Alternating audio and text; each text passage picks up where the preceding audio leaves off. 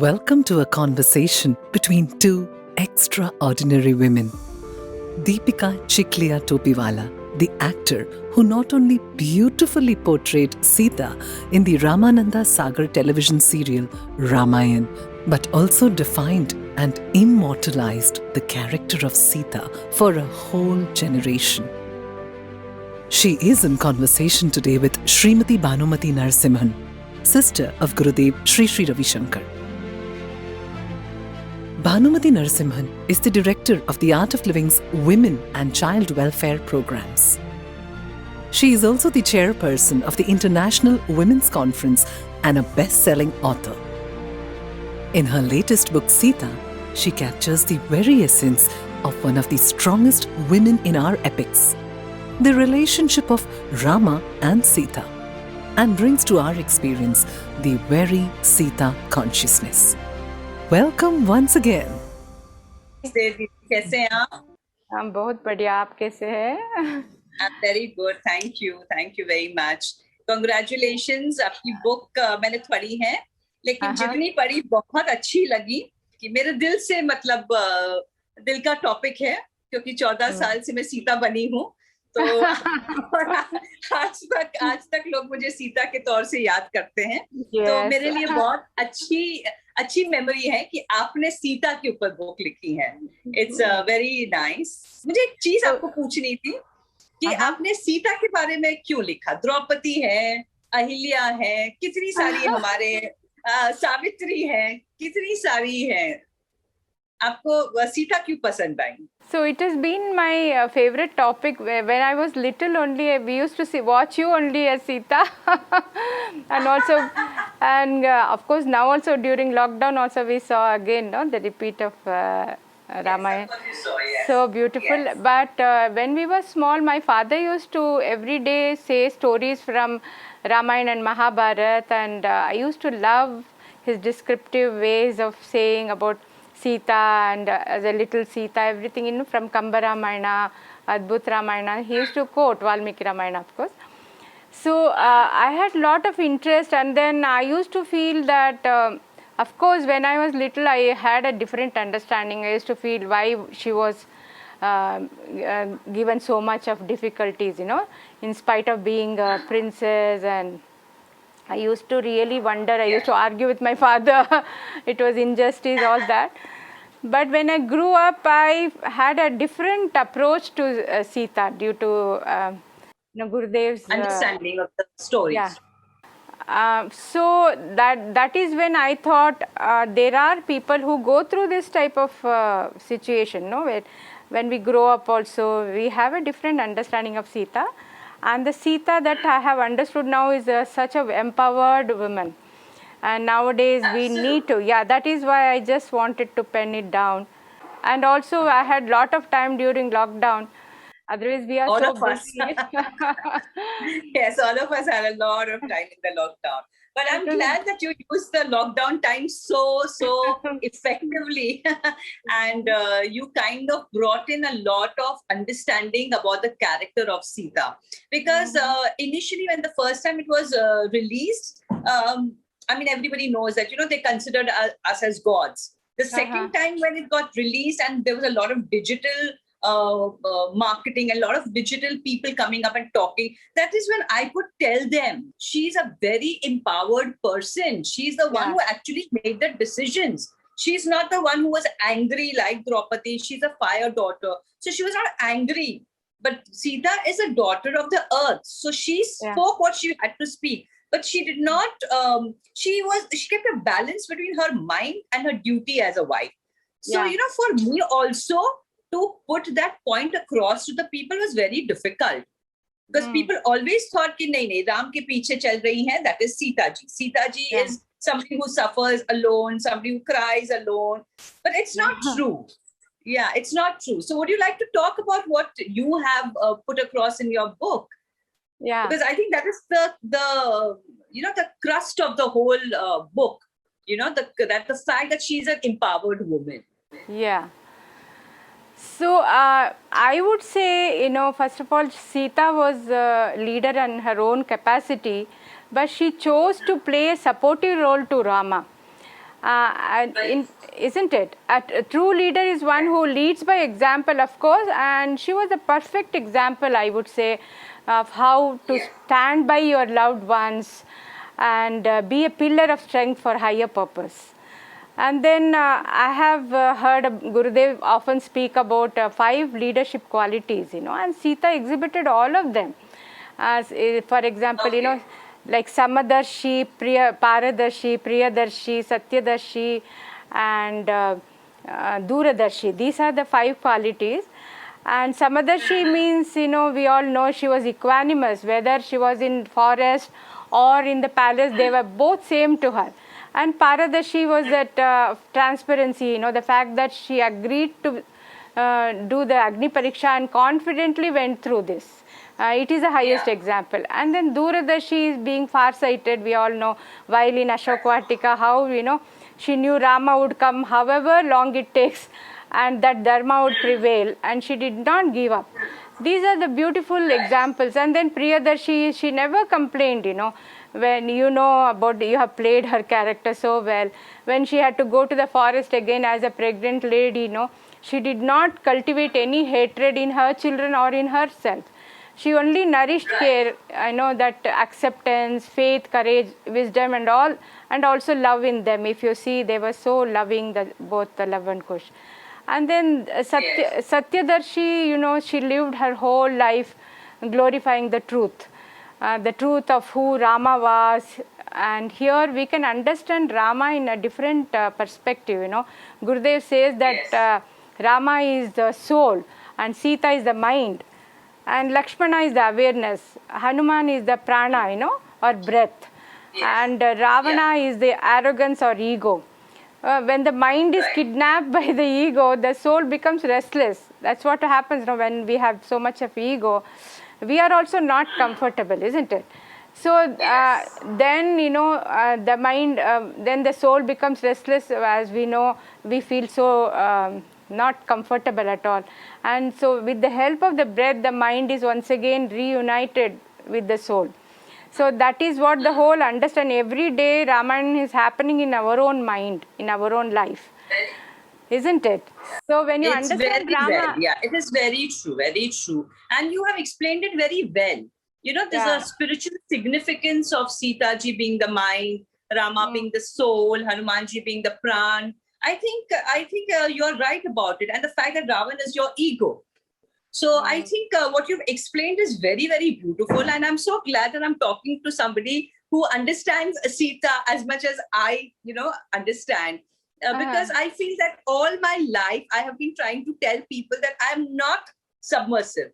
Because they keep asking me one question every time. How did you change? Did you become like, you were a fiery child, and because you played the role of Sita, you became submersive, and you were very quiet, and you learned to accept life. I said, but that's not true. That's not true at all. Sita was nothing that you people have in your head, because you've not understood Ramayana, or you've not understood the vision, the understanding of the character of Sita. I said, you see Sita, that she's the one who took a stand, that I want to come to the jungle with you. I want to be part of the 14 year of Vanvas, because Kaushalya says, nahi, tum nahi ja sakti ho. Jhanak says, ki nahi, tum yahan aa jao. Like, he calls her back, come here. Tum Rajkumari ho, tum ye sab nahi kar paogi. But Sita says, no, I want to go with my husband, because I have decided that I am his wife. I need to stand with him.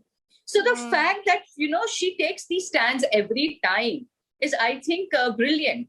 In fact, there is this thing where she takes a decision of breaking the Lakshman Rekha. Now, people take it in a very negative way. Oh, because she broke the Lakshman Rekha, ye sab ho gaya. But see, her understanding is there was a good man. Yeah. He was a rishi. He was asking for food. And in spite of her brother-in-law telling her not to go out, she decides to go out. So she did not just follow instructions. She did what she thought was right. So I think because of that righteousness, she stepped across and she did what she thought was correct according to the dharma. I also understand Lakshman Rekha in this way, that Lakshman Rekha is the threshold of awareness, So when your awareness slips, only when your awareness slips, you make mistakes. You can understand Ramayana so well, that the deer is a symbol of the senses going outward. So even for a moment when that happened, the awareness slips and then ego enters. Ego came in. That is what Ravana came in. So it is so relevant to the present days.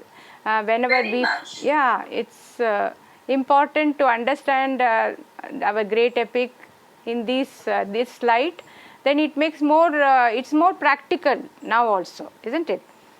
Very true. I think that's why, they say that you should have a wife like Sita and a husband like Ram. So it's a very general kind of a talk that people do. But people want to have a family like the Ramayana. You should have brothers like Bharat, Shatrughna, and Lakshman. You should have a son like Ram, because he was a perfect son. You should have a daughter-in-law like Sita, who followed and looked after her husband and took care of her children without her husband. So I think it's a very perfect family, if you think about it from that point of view. So I think this was created to give you a structure. This is these are the characters and whatever you can imbibe. Like, Bharat gives away his throne. Yeah.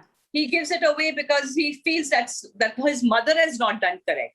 So sometimes you have to go against the mother if you feel that you are wrong, So I think it is done very beautifully. That mother is always a goddess. She's always a perfect one. But sometimes she also in her love can go wrong. So where Kaikai goes wrong. So I think it was very wonderful that every person, I feel, kind of was a leader, kind of, had that sense of righteousness. Yeah. Like even Hanumanji's character, he was focused with only Ram. I know. So Gurudev often says that a true leader is one who makes more leaders, not just followers. Right. That's a very nice thing to say. Yeah. Yeah, because if you see Sita, she really led by example. Her life was exemplary, isn't it? And whether it be she influenced the sisters, they were following her, no doubt, but they were leaders in their own capacity. If you see Urmila's life, or even if you see, she was like a mother to even Lakshmana and Hanuman, isn't it? So mother leads. Yeah, mother, they were, they were phenomenal warriors themselves, but a mother leads with love and she played that role for them. In fact, isn't it? Mother always leads with love, if you see. And she was also a perfect mother to her children. She was a very sensitive, sensible mother, and she taught her children all the 64 kalas and brought them up so beautifully. If you see, she did not allow any that seed of doubt or anger or bitterness. No negativity against Ram. Because young impressionable mind gets all these things. So in fact, her children had implicit faith in her, of course, but she was the source of strength to her, to them, both of them. So this is so important for us. Now, as a mother, we should make them, of course, she was also strict when needed, if you see there. And then she was patient, she will hear them out, and skillful, and these are the qualities a young mother can definitely imbibe through Sita's life, I feel, because every child has faith, isn't it, in their mother. And in fact, mother is our first teacher. We all know that. And the children, and children naturally follow it. So here also I remember a story how once both Love and Kush came to her, and they were very upset. They were because Valmiki used to tell them everyday story about Rama, and then if you remember this story, so then what happens? They were so upset. They come and say, why did Kaikeyi Mata do this to Ram? So then she tells a story. It's a very interesting story. It is in Kamba Ramayana. My father used to tell us this story. And it's like when they went to Chitrakuta in their exile. There she used to befriend a lot of animals. She was so much with love with nature, Sita. And then she found a parrot which would talk to her. So she brought it home and she told Rama, please name this parrot. So Rama told her, okay, name it as Kaikeyi. So she is taken aback, just now they have been thrown out.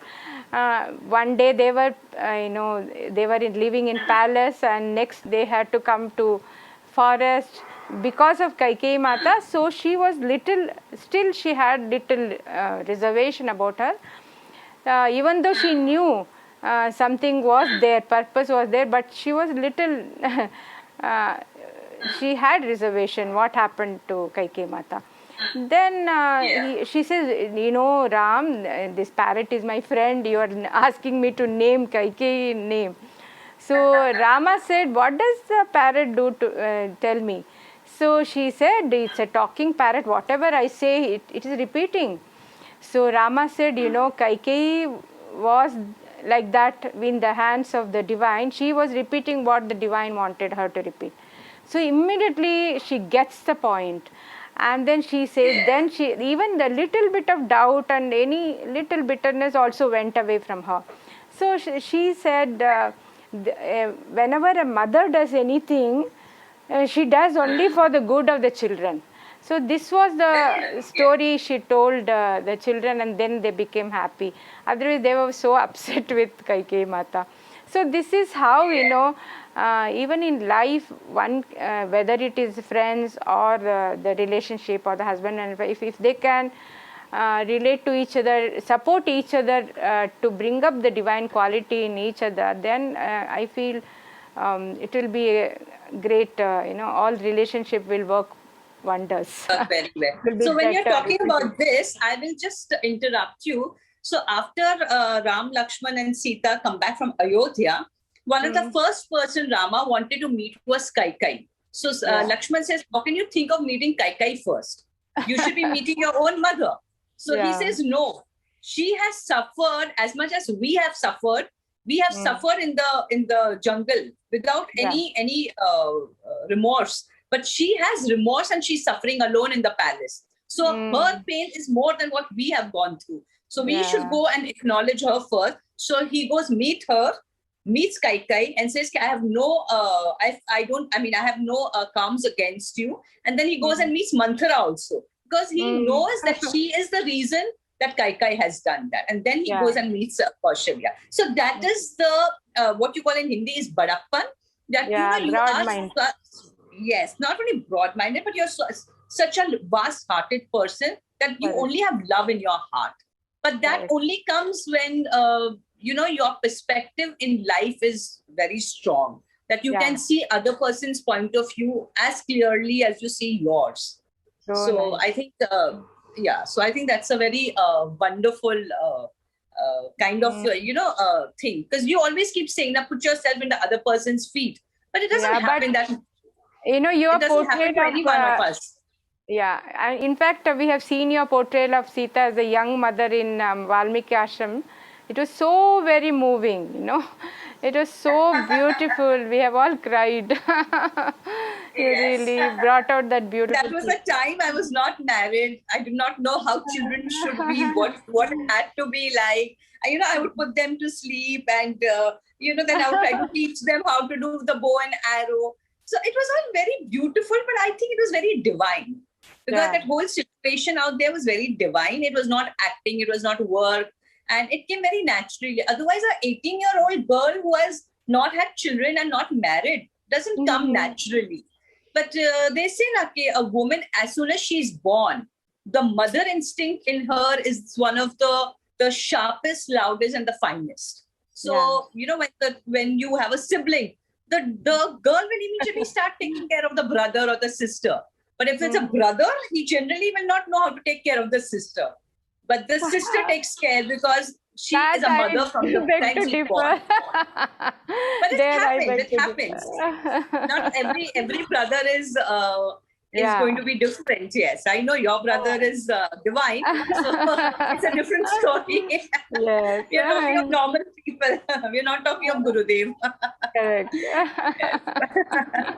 So nice. Yes.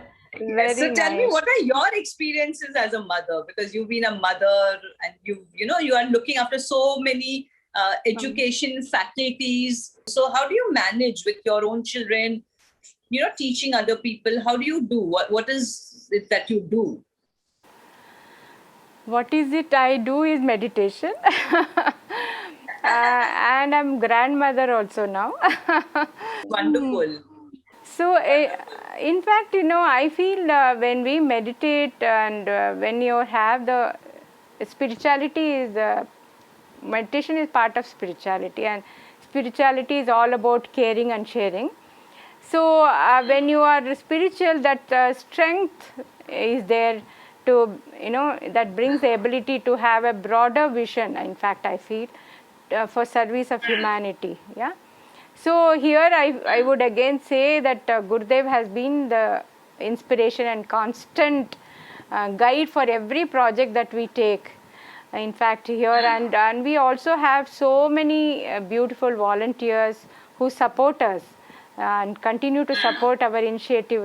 So we have so much of I would say draw strength through that, because there is if you see, art of living means it's caring and sharing. Our motto is, vision of Gurudev is to Vasudhaiva Kutumbakam and caring and sharing. So this is where it is. I also, if you see, our epics are also filled with exemplary characters, who embody human values. Yeah, human values are there. And then if you read about them, knowing their stories, the choices they made, the compromises or the challenges, and how how they face them all of these create positive impression in the minds of youth also, I feel. So certainly we can inspire people through, if we have any higher purpose in life. And spiritual practices are those that help you to maintain that pleasant state of mind or centeredness or a clear mind in all situations. So I feel meditation has been my constant support, and I'm so grateful. I want to ask you this, because I also meditate, but it takes me very long, to get into it. And I have been trying to also teach a few friends and, my children. So how do you start? I mean, how can a beginner start? I mean, if it's okay for you to talk about it, then, or else we can always talk later. But if you can just give a one or two tips as to how do you start to meditate? Yeah, in fact, there are many types of meditation. So I teach meditation which is called Sahaj Samadhi meditation. So if you see, it is meditation means deep rest. It's a complete relaxation, letting go. And if you see here, best definition of meditation, Gurudev says meditation is a mind without agitation. So nobody wants to be agitated, isn't it? So how to make this scattered and fragmented mind into one whole is what is the technique of meditation. In fact, when how to meditate, we have to learn with a teacher who is also meditating, then you understand through them. And then once you learn, then in fact Sahaj Samadhi, that's why we call it Sahaj Samadhi. It is a very easy technique which is natural and simple, which we can follow, and it is self-help line for us. We don't have to use any other whether diya or any audio, things like that. There are guided meditation which is also equally good. But Sahaj Samadhi is meditation with mantra, and one of these days I will talk to you and we will teach you also if you are interested. I would love to learn it. I would love to learn it someday, yeah. In fact, I'm very keen on doing Sudarshan Kriya also with Art of Living. Yes, please. I'm very keen. I've never done it. I've had a lot of people coming and talking to me about it, but I've never had the opportunity to do it, because they say it kind of changes your whole life once you start doing Sudarshan Kriya. But even meditation, even meditation is to culture our mind. In fact, mind attitude, happiness is an attitude, and we can culture that attitude through meditation. Okay. Because meditation makes your observation, perception, and you can see, you can also understand things properly, and then relate to things and express it properly. So, and then what happens, our whole communication improves, and life is all about communication. So that is why I usually say meditation helps you to be proper, see things properly as it is. And also have more, it facilitates in blossoming of personality, individual, our talents, everything we can understand, skills, skill set, everything comes to us through meditation. Yes. So, but I it think is a one day I think we will do a meditation. I hope we can meet face to face and we can do meditation someday, because I really want to learn. And I also feel, with our kind of the whole world that is changing, meditation should really become part of your education now. Because people are pushing towards yoga, but people are doing yoga only to lose weight. I mean, it has nothing got to do with mind. People are just looking at the superficial body now, and they know, okay, yoga gives you that result. But I think the mind, people are forgetting, and that's why there's so much depression, anxiety, negative thoughts. People are committing suicide, especially during Corona. There was such bad times. I think only a mentally healthy mind person would have survived, crisis 100%. and financial problems happened. So many difficulties happened during this time. So I really think that yoga. I mean, the meditation, not yoga per se, but meditation should become the seed of yoga, and should be executed in schools for children. Yeah, I think then we'll have all children coming out of school like Ram and Sita. Then. Yeah, this is where Gurudev really contributed so much in during this lockdown. If you, so many people have meditated, millions of people all around the world, because he often said that strong mind can carry a weak body, but a weak mind cannot carry even a strong body.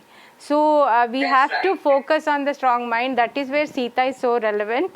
She was such a strong mind, and a pleasant mind, a mind in the present moment. That's what my Sita is. Yes. I like when anyone perceived Sita as an empowered woman. I totally believe that she was empowered and very strong. So I really believe in your Sita ji. So I'm very happy that I'm talking to somebody who understands Sita as much as I do. I told you right in the beginning of the interview. Yes. So nice. It's a privilege and honor to talk to you, Dipika ji. So very much. It was really lovely talking to you, and I hope to meet because you very soon. Because you have inspired through your acting. You have inspired so many young minds, and so many, of course, all young and old, all irrespective of that. But you have been such a real treat, and you have given so much of happiness to thousands of people, I would say. And even now, it has become like Ramanand Sagarji has eternalized that whole Ramayana through, how he has envisioned it. And that is the beauty, and even now, after so many years, even now we feel when we it's still very fresh. Yes, no? It's still relevant and it's still very fresh. So educative. And we kept all the characters. Yes, you're right about it. Yes, I think thank you very much. I think it was lovely, and I think we are blessed. Whoever has taken part in Ramayana, he has made all of us immortal in our own ways. Yeah, exactly. And, I'm very, very blessed. I must say that I got a chance to play the role, and I could, you're right about the fact that this role has helped a lot of women to understand that you need to have a mind of your own. Correct. And we copy West a lot, but I think we have always been strong. If you all look back, our grandmothers always took decisions. So they were always strong. So I mean, we talk about equality. We don't need equality because we were always superior. So we don't need to talk about equality. We are bringing ourselves down by talking of equality, because the gods, like Shiv himself called his wife Shakti. So he gave a position to his wife which was higher than his own. So that's how our culture is. So I think we are all blessed to be in India, to understand our own literature. So I think it's been very nice. So I just wanted to ask you, is there anything else that you have in mind? What are you planning to write next? Yeah, in fact, as you rightly said, she is such a, of course, she is so good to follow.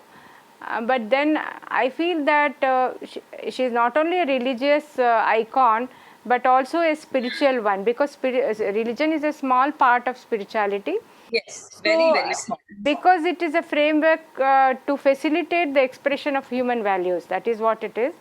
And Sita is a spiritual icon to me, and of course, in important part and parcel of sacred part of Hindu way of life also.